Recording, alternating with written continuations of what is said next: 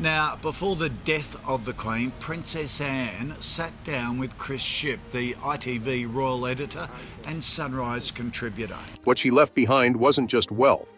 It was a legacy wrapped in mystery, emotion, and decisions no one saw coming. But it would be a considerable stretch to say this. Why did she choose Prince Andrew to read her will? What did she really leave to Harry, William, and the next generation? And how did one surprising twist shake the royal family to its core? The passing of Queen Elizabeth II marked the end of an era. After 70 years on the throne, she had become not just the longest reigning British monarch, but also a symbol of stability for the United Kingdom and the Commonwealth. Her death left behind not only a family in mourning, but also questions about what she had planned for her legacy and what she left behind. As tradition dictates, her final will and testament would outline her personal wishes, including how her possessions, properties, and heirlooms would be passed on. What most people didn't expect, though, was the emotional impact of those decisions or the reactions it would cause within the royal family itself. What happened inside Buckingham Palace after her death has remained mostly private, but reports suggest that tensions ran high, especially as the will was about to be read. The royal family, often known for maintaining a united front in public, had already been facing years of internal strain between siblings, between generations, and between those still working royals and those who had stepped away from royal duties. What caught many people off guard was the choice of who would read the Queen's will aloud to the rest of the family. It wasn't King Charles, her eldest son, and now the reigning monarch. Nor was it Princess Anne, the Queen's only daughter, who had long been seen as one of the most loyal and dedicated members of the family. Instead, it was Prince Andrew, the Duke of York, who took on that role. This decision alone sparked confusion and speculation. Prince Andrew had been at the center of controversy for years, and his public image had taken a significant hit. His formal ties to many royal duties had been scaled back. Despite this, he was the one chosen, or perhaps requested, to read the Queen's final wishes. As the family gathered, the atmosphere in the room was reportedly tense. There was an awareness that what was about to be read could change not just individual futures, but the dynamics of the monarchy itself. The Queen's personal wealth had long been a topic of curiosity. While much of the Crown's holdings are institutional and not privately owned, her personal assets, including jewelry, private estates, and heirlooms, were still substantial. Publications like The Guardian and Forbes have previously estimated her private wealth to be in the hundreds of millions, though exact figures remain undisclosed due to the confidential nature of royal finances. Beyond the financial aspect, however, the Queen's will carried emotional and symbolic weight. It was an opportunity to express her personal views on each member of the family, acknowledge their roles, and perhaps even send messages that words in life could not. This is what made the reading of the will such a momentous occasion. Andrew, standing in front of his family, held the sealed envelope. The silence in the room was reportedly so complete that even the smallest movement seemed amplified. As he broke the seal and unfolded the paper, all eyes were on him. This was the Queen's final message, one that no one in the room had yet seen or heard. He began to read. The Queen opened her will by thanking her family for their dedication to the monarchy. These opening words were formal, respectful, and set a tone of dignity. But what came next moved beyond tradition.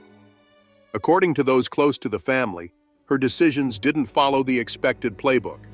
The first major announcement was that King Charles would receive Windsor Castle. This was unsurprising. Windsor has been a central royal residence for centuries and is closely tied to the duties and identity of the monarch. As the new king, Charles was naturally positioned to inherit it. Those watching his reaction said he remained still and composed, though some noted a tightening of his jaw, a sign that he may have been bracing for more unexpected decisions to come. Princess Anne was then addressed in the will. Known for her no-nonsense approach and strong sense of duty, she was recognized by the Queen for her loyalty and strength. The Queen's words to her daughter were respectful and appreciative, but they didn't include any significant surprises at this stage. Anne's reaction, as expected, was reserved.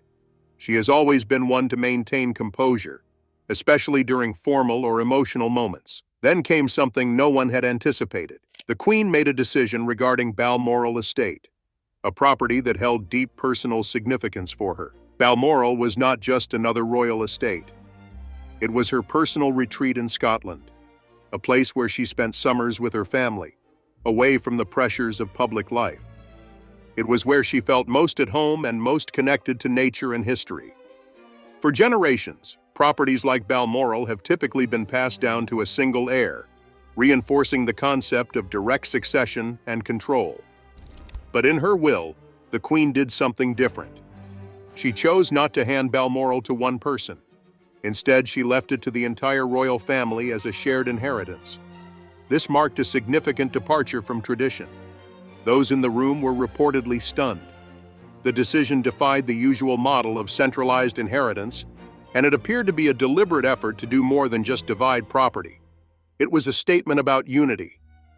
By choosing to keep Balmoral in the family, rather than give it to one heir, the Queen seemed to be asking her descendants to stay connected, to return to the place where they had shared some of their most personal moments. Balmoral had hosted royal weddings, family barbecues, private conversations, and historic decisions. It was a symbol of family life outside the royal spotlight. Observers have since speculated that this decision was not just symbolic, but strategic. In the years leading up to her passing, the Queen had witnessed deepening rifts in the family. Public tensions between Prince Harry and the rest of the royals, Charles's evolving relationship with his sons, and the broader challenges facing the monarchy in a modern world, all of this shaped her final wishes. By leaving Balmoral to everyone, she may have been trying to give them a reason to stay connected, to keep coming back to each other, even if their paths diverged. It was a subtle but clear message. Family comes before titles, and unity is essential to the future of the monarchy. This was not just about splitting property differently. It was about redefining what inheritance means. For the Queen, it was about ensuring that her family had not just things, but places, safe spaces, to gather, to remember, and to remain a unit. Inside the room, the reaction was reportedly mixed. Some family members understood the meaning behind the gesture and appreciated it. Others may have seen it as an attempt to control the future from beyond the grave. Either way, the silence that followed the announcement of Balmoral's fate was not just from surprise. It was from the emotional weight of the decision. From a legal standpoint, wills in the UK, especially those of monarchs, are not typically made public in detail. The Queen's will was sealed, as is tradition, meaning the general public will not know all the specifics.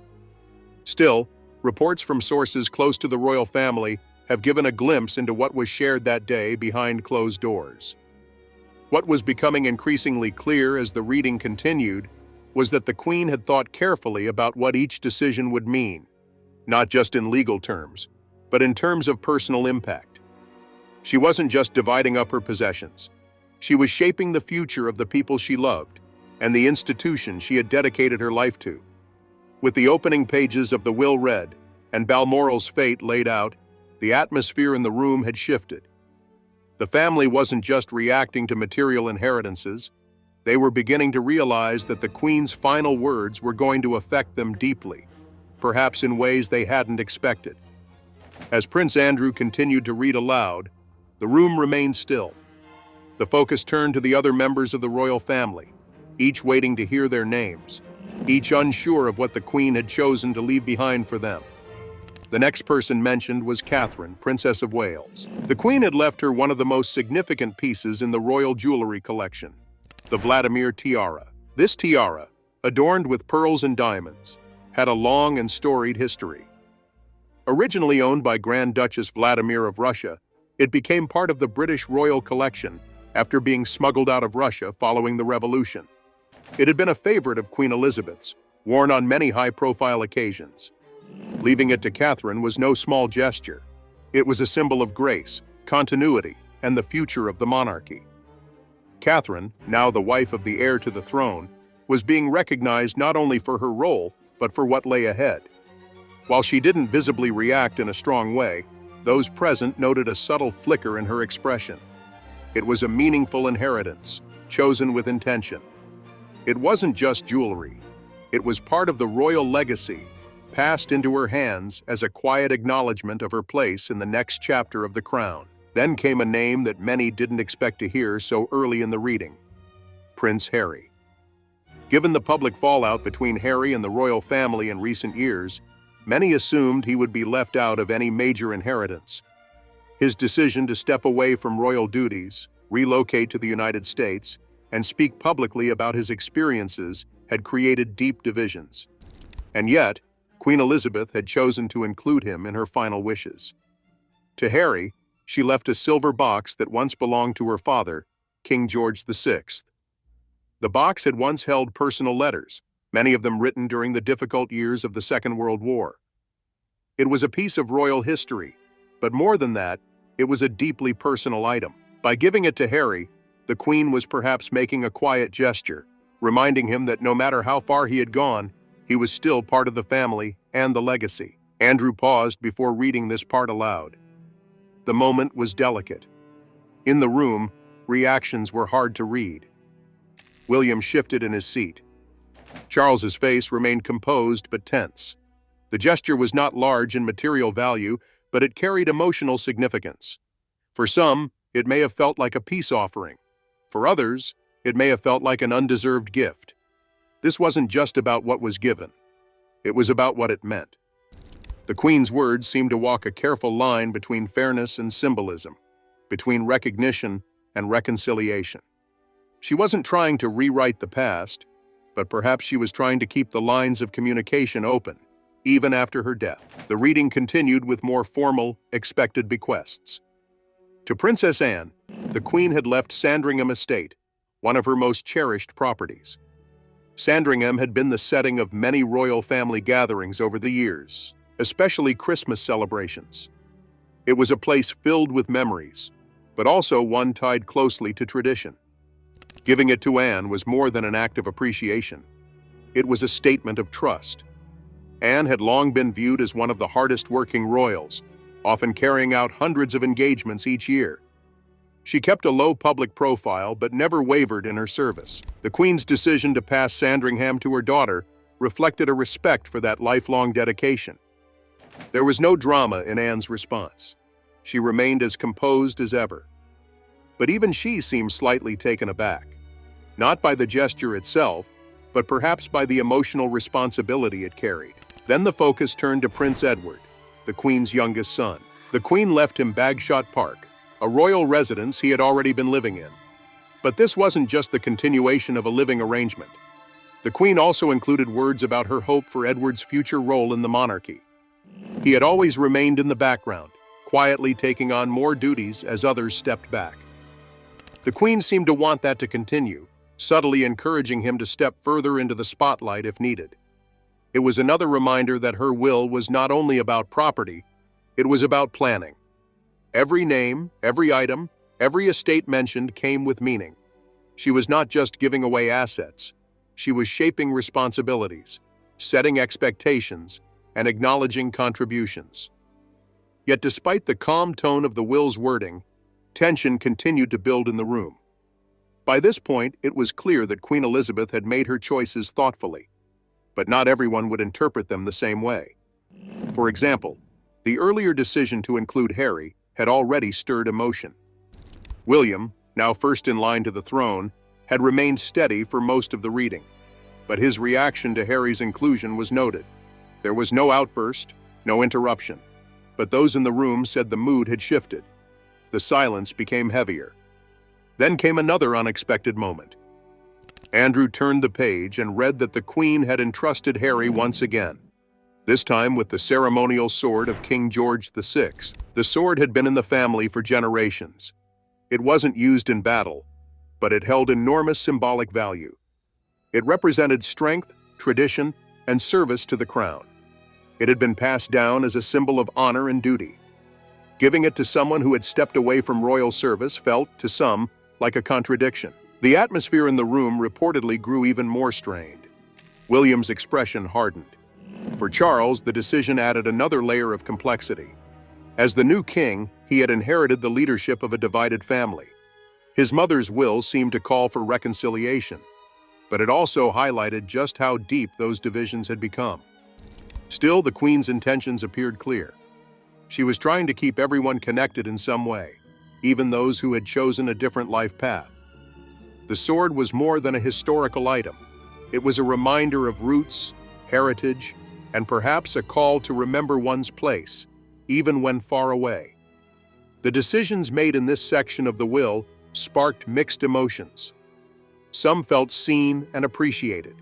Others, perhaps, felt sidelined or questioned the reasoning behind certain choices. But Queen Elizabeth's final wishes reflected her own understanding of family, duty, and legacy. She had watched her family endure public scandals, personal tragedies, and internal disagreements, and still, in her final act, she didn't choose division. She chose inclusion, even when it was uncomfortable. That was perhaps the most royal decision of all. Prince Andrew, still holding the document, turned the next page. The room remained quiet. What had already been shared, Balmoral to the family, Sandringham to Anne, the Vladimir tiara to Catherine, and the symbolic gifts to Harry, had caused a stir. Emotions were simmering just beneath the surface, and yet, everyone knew there was more to come. The next part of the will shifted focus from the adult royals to the youngest generation. These were the family members who, until now, had only known the Queen as a loving great-grandmother. But in her final wishes, she had chosen to include them, not just with gifts, but with a sense of purpose. Andrew read out the Queen's words for Prince George and Princess Charlotte.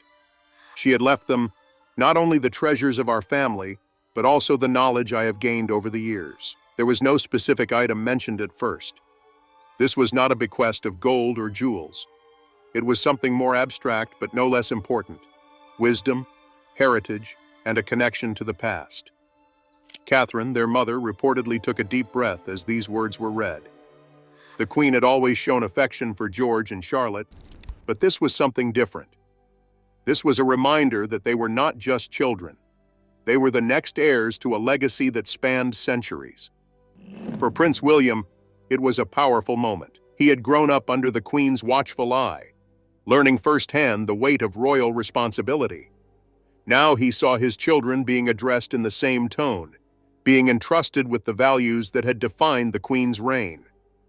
It was a recognition that their journey had already begun, even if they didn't fully understand it yet. The Queen's choice to speak directly to George and Charlotte also showed how much she valued the continuity of the monarchy. She wasn't only focused on the present generation, she was looking ahead, far beyond her lifetime, and planting seeds that she hoped would grow into a stronger future for the royal institution. Then came a quiet but touching moment. Andrew read the Queen's words for Prince Louis, her youngest great-grandchild. To him, she had left a handwritten letter. It was a simple gift in comparison to the tiaras and estates given to others, but its meaning was significant. The letter, written in the Queen's own hand, was meant for Louis to read when he was older. It would guide him, offer reflections, and perhaps answer questions he would one day have about family, duty, and his place in the world. Catherine, again, was said to be visibly moved. The Queen had always been thoughtful, and this final act of writing something personal for a young child who barely understood what was happening showed how much care she had put into every part of her will. The letter wasn't read aloud in the room. Its contents remained private. But those who heard of it later described it as one of the most personal and emotional gifts in the entire will. It reminded everyone present that legacy isn't always about material things. Sometimes, the smallest gesture holds the deepest meaning. As the attention returned to the rest of the document, Andrew continued with a more unexpected entry. To King Charles, her eldest son and successor, the Queen had left her private collection of letters, diaries, and personal writings. These were not meant for public release. They were for his eyes only, records of her inner thoughts, reflections, and experiences gathered over a lifetime of service. This collection was unlike anything else in the will. It wasn't jewelry or land, but something even more valuable: insight into the mind of a monarch. These writings likely included her thoughts on the crises she faced, the people she led, the world events that shaped her reign, and the personal challenges she endured. For Charles, the gift may have come as a surprise. He had inherited the throne, Windsor Castle, and the constitutional role that came with being king. But this was something different. It was intimate. It suggested a level of trust from his mother that wasn't always obvious during their time together. Those in the room described Charles's reaction as quiet, but deeply affected. He had spent his entire life preparing for this moment. Yet here he was, not just receiving a title, but a window into the life and legacy of the woman who had shaped his destiny. These writings would be a guide, a mirror, and perhaps even a challenge. He would now have to carry forward her legacy, but also come to terms with her private thoughts, some of which may have reflected on him directly. As the reading reached this point, the emotional weight in the room began to shift again. The Queen's will was revealing itself not as a list of legal instructions, but as a final effort to unite, instruct, and express. She had seen how much had changed in the world, in her country, and in her family. And she had responded not by trying to control it, but by offering clarity, reminders, and in some cases, unexpected olive branches. Still, not everyone interpreted her decisions the same way. For William, the gift to Harry, the sword of King George VI, was still fresh in his mind. He had remained loyal to the crown. He had stepped into his role without hesitation, taken on the duties expected of him, and protected the image of the monarchy during challenging times. And yet, here was Harry, no longer a working royal, still being given an item that symbolized honor and service. Observers noted that William's calm exterior may have been masking frustration. It was understandable. Families, even royal ones, feel the weight of fairness. Who got what? Who was recognized? Who was overlooked? These decisions can stir emotions even in ordinary households. How much more so in a family that lives constantly in the public eye? Anne, meanwhile, remained composed. She had received Sandringham, a major responsibility. Her name had not come up again after that, but those who know her say she likely wouldn't have wanted it to. Anne has always kept her focus on duty rather than inheritance. But even she couldn't ignore the subtle messages being communicated, through gifts, through words, and through what was left unsaid. Catherine had received the Vladimir Tiara, a recognition of her growing role. William had received nothing specifically named yet, but his children had been given words of guidance and trust. And Charles, despite now being king, had been left with something that spoke not of power, but of reflection. And yet the silence that filled the room wasn't just about surprises or emotional responses. It was about the realization that this will, this document, had just changed the narrative inside Buckingham Palace.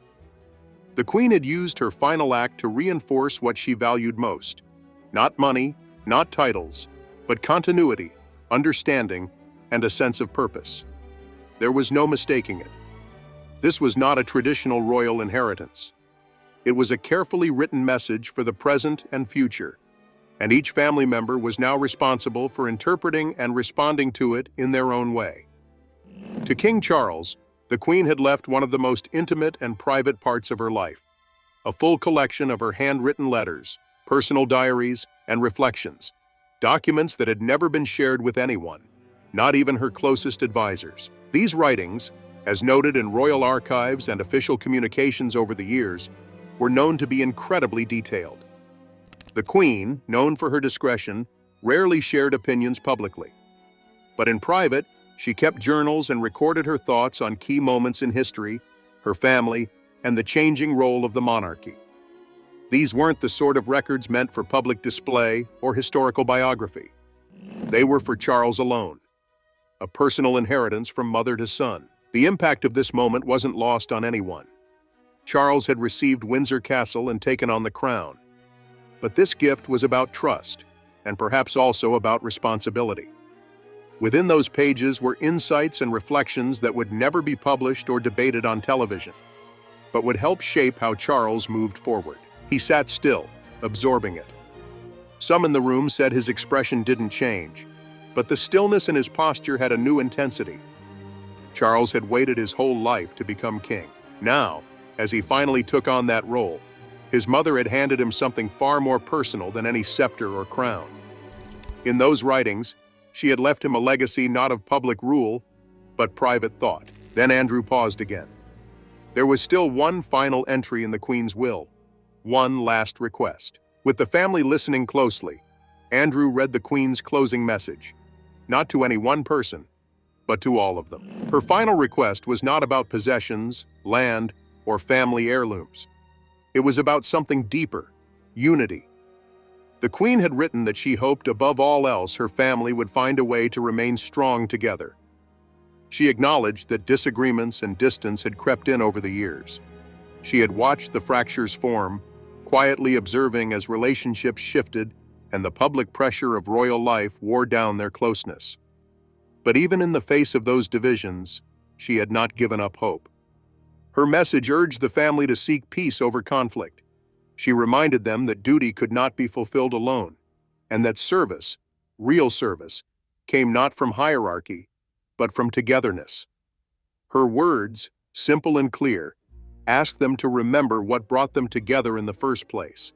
Not just royal birth, but shared history, shared responsibility, and a shared name. She asked them to continue her work, not by trying to be her, but by upholding the values she had carried for over 7 decades. It was a call to action, but not one that could be answered at the moment. The room remained completely silent, not because there was nothing to say, but because there was too much. This wasn't just the closing of a will. It was the closing of a reign, of a matriarch's watch over a family and a nation. Each person there had been named. Each had been given something. But the true weight of the Queen's message didn't come from the things she passed on. It came from the responsibilities attached to them. Charles sat with his hands folded, the weight of his new role pressing down more than ever. He had trained for decades for this moment, but the Queen's final wishes made one thing clear. There would be no unchecked power. Her legacy had created boundaries, shaped expectations, and given guidance that he could not ignore. He had thought the transition would be straightforward, but what had been laid out in front of him was not just a path forward, it was a framework. He wouldn't be walking alone, and he wouldn't be allowed to lead as he saw fit without reflection. His mother's presence would continue to be felt, even if only through ink and paper. Anne remained quiet as well. She had received Sandringham, a place deeply tied to tradition and responsibility. She had been trusted to carry a part of the family's public identity forward, but it also carried emotional weight. Anne, more than many others in the family, had shared quiet time with her mother, riding together, walking the grounds, and working behind the scenes. Now she would carry forward not just duties, but memories. For Catherine, the message was deeply personal. The Vladimir tiara now belonged to her, but the true inheritance was the recognition of her role in the monarchy's future. She had always known that one day she would become queen consort, but that day now felt real. The Queen had prepared her quietly, supported her publicly, and now acknowledged her with a lasting symbol of grace and stability. William felt it too. As a future king, he had looked to his grandmother as both monarch and mentor. Her will hadn't named him with grand gifts, but instead had spoken to his children, assigning them a legacy and a lesson. That alone carried more meaning than any item could. It meant she saw him not just as her grandson, but as the bridge between generations, the one who would pass on her values to the future of the crown. And then there was Harry, twice mentioned, once for the silver box, again for the ceremonial sword of King George VI. His name alone carried tension in the room, but the Queen had not chosen to exclude him. She had chosen to acknowledge him, gently but deliberately. Whether it was a message of reconciliation or a reminder of responsibility, no one could say for sure. But she had not erased him from the story. That choice said something more powerful than any official statement. It said that even those who had stepped away were still part of the fabric of the family. The younger generation, too, had been acknowledged. George, Charlotte, and Louis had been given more than heirlooms. They had been entrusted with a connection to the Queen herself, her knowledge, her words, and in Louis's case, her personal thoughts written just for him. As the room began to empty, No one said much. The final message had landed. The Queen's will had revealed her wishes, but more than that, it had shown her vision. It was about preserving the family's unity, even as roles shifted and the monarchy moved into uncharted waters. There were no grand declarations that day, no official response from the crown. But what had happened in that room would shape conversations, decisions, and relationships for years to come. Each member of the royal family now had a choice. They could follow separate paths, defined by distance and disagreement. Or they could honor the Queen's request, not just by fulfilling her will, but by embodying the values she had spent her life upholding. Those values were not complex. They were rooted in service, discretion, duty, and above all, resilience. She had seen war, political upheaval, family crises, and cultural change. And yet, she never wavered. Her will reflected that same clarity, passed down in the hope that those she loved would carry it on. As Buckingham Palace slowly returned to its routine in the days that followed, one thing was clear. The Queen's legacy would not be defined by what she gave, but by what she asked.